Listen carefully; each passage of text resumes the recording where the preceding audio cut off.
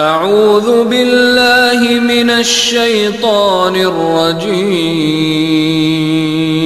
السلام علیکم ورحمۃ اللہ تعالی وبرکاتہ۔ نحمده ونصلي ونسلم على سید المرسلین، اما بعد فاعوذ باللہ من الشیطان الرجیم، بسم اللہ الرحمن الرحیم۔ انما یخشی اللہ من عباده العلماء، صدق اللہ العظیم۔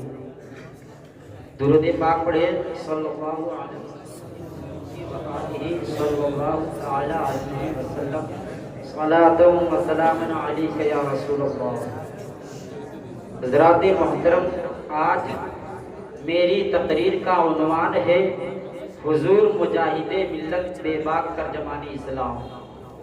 معزز سامعین کرام، سلطان التارکین، رئیس اڑیسہ، محسن قوم و ملت، حضور مجاہد ملت علیہ رحمت و رضوان، 8 محرم الحرام 1322 ہجری مطابق 1904 عیسوی کو اس خاکدان گیتی پر تشریف لائی۔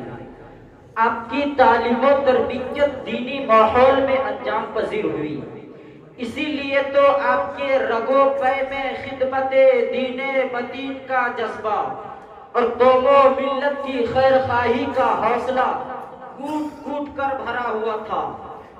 اللہ رب العزت نے آپ کو گوناگو اوصاف و کمالات سے شاد کام فرمایا تھا۔ انہی اوصاف جمیلہ میں سے ایک نمایاں وصف مذہب اسلام کی بے باک ترجمانی ہے۔ آپ کی حیات مستعار کے مقالہ سے یہ بات آفتاب نیل روز کی طرح واضح اور عیاں ہوتی ہے کہ آپ نے اپنی زندگی کا ایک ایک لمحہ حصول رضائے الہی، خدمت خلق اور اشاعت دین متین کی انجام دہی میں صرف کر دیا۔ ان امور کی ادائیگی کے لیے آپ نے اپنی رئیسانہ زندگی کو بالائے طاق رکھ دی، عیش و آرام کو ترک کر دیا، اور جہاں جس وقت آپ کی ضرورت پڑی مذہب اسلام کی بے باک ترجمانی کے لیے تو بے خوف و خطر کود پڑے، اور فضل ربانی سے کامیابیاں آپ کی قدم بوسی کرتی نظر آئی۔ حضور مجاہد ملت کو فضل الہی سے یہ کمال حاصل تھا کہ وہ دنیاوی اعتبار سے بڑی ہستیوں کے سامنے بھی حق کرنے سے قطعی نہیں ہچکچاتے تھے۔ خدمت خلق، اشاعت اسلام اور تحفظ ایمان میں آپ نے عظیم کارنامہ انجام دیا۔ ہندوستان کے مختلف گوشوں میں آپ کا فیضان جاری ہوا تو لوگ وہابیت، قادیانیت اور دیوبندیت کی تیری سے نجات پا کر سنیت کے روشن آغوش میں آرام پائے، اور جو پہلے سے مذہب اسلام پر قائم تھے وہ اور متسلم ہو گئے۔ حضور مجاہد ملت کے تسلم فی الدین اور بے باک ترجمانی سے اشداء علی الکفار کا جلال ٹپکتا تھا۔ جاء الحق وزہق الباطل کا عکس بن کر احقاق حق و ابطال باطل میں ہمہ وقت مشغول رہتے تھے۔ امر بالمعروف نہی عن المنکر ان کا تو رے امتیاز تھا۔ انہوں نے مجاہدہ کیا، رئیسی کی، فقیری کی، اہل سنت کے ایمان و عقیدہ کی جگمگاتی کشتی کو فتنوں کے مجدھار سے نکال کر استحکام کے ساحل سے ہمکنار کیا۔ ملت کو آبرومندانہ زندگی دلانے اور تحفظ علم رسالت کے خاطر آپ کو جیل بھی جانا پڑا۔ حکومت نے آپ پر بلک وقت کئی مقدمات دائر کیے، لیکن اسلام کی بے باک ترجمانی اور فکر رضا کے مشن کو عام کرنا ہی تو اس وادی کے پرخار میں کھینچ لایا تھا۔ حق گوئی وہ بھی اس زمانے میں بڑے دل گردے کا کام تھا، لیکن آئین جواب پردہ حق گوئی وہ بے باکی اللہ کے شعروں کو آتی نہیں رباہی کے مصداق بن کر حضور علیہ السلام کی پیاری پیاری سنتوں کو بے باکی کے ساتھ عام کیا۔ ملت اسلامیہ کی فلاح و بہبود کے ذری کارنامے انجام دیے۔ حضور مجاہد ملت کی زندگی کا ایک ایک لمحہ اس بات کی شہادت دے رہا ہے کہ اس مرد مجاہد نے جو کچھ کیا ہے گوشے عافیت میں بیٹھ کر نہیں کیا ہے، بلکہ بھنور میں کھل کر کیا ہے۔ کبھی بھی آپ نے ساحل سے نظارہ نہیں کیا، کبھی بھی پیچھے سے وار نہیں کیا، بس سامنے دیکھا ہے، اور جو بھی سامنے آیا آپ نے اسے منہ توڑ جواب دیا۔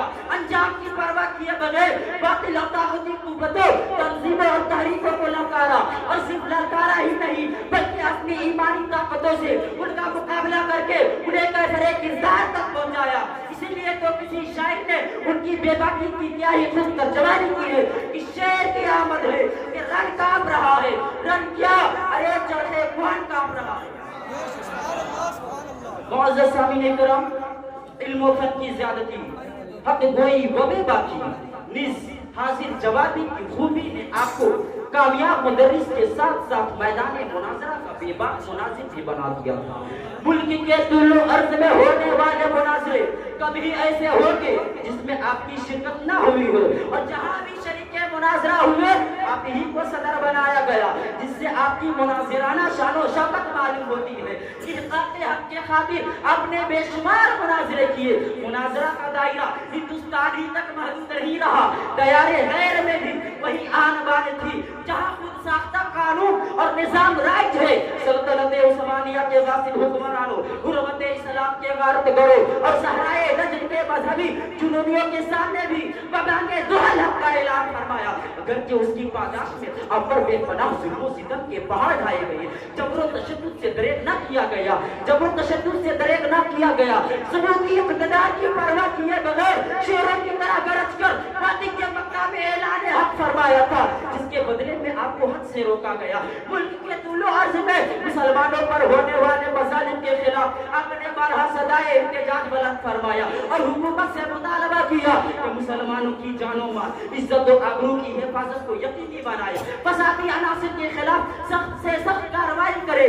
آپ کے ان مجاہدانہ مطالبات نے حکومت کے کان کھڑے کر دیے۔ صدائے احتجاج بلند کرنے کی پاداش میں آپ کو ہندوستان میں 7 مرتبہ جیل کے آئینی سلاخوں میں قید و بند کی صعوبتوں سے دوچار ہونا پڑا، لیکن واحد مجاہد ملت آپ کے صبر و استقلال، عزم و ارادہ میں اسی طرح کی کوئی لفزش نظر نہیں آئی۔ تاحیات رسول اکرم علیہ السلام کے فرمان افضل الجہاد کلمۃ الحق عند السلطان کے مطابق اپنی زندگی بسر کی۔ انہوں نے پوری زندگی کو قوم و ملت کی فلاح و بہبود کے لیے وقف کر دیا۔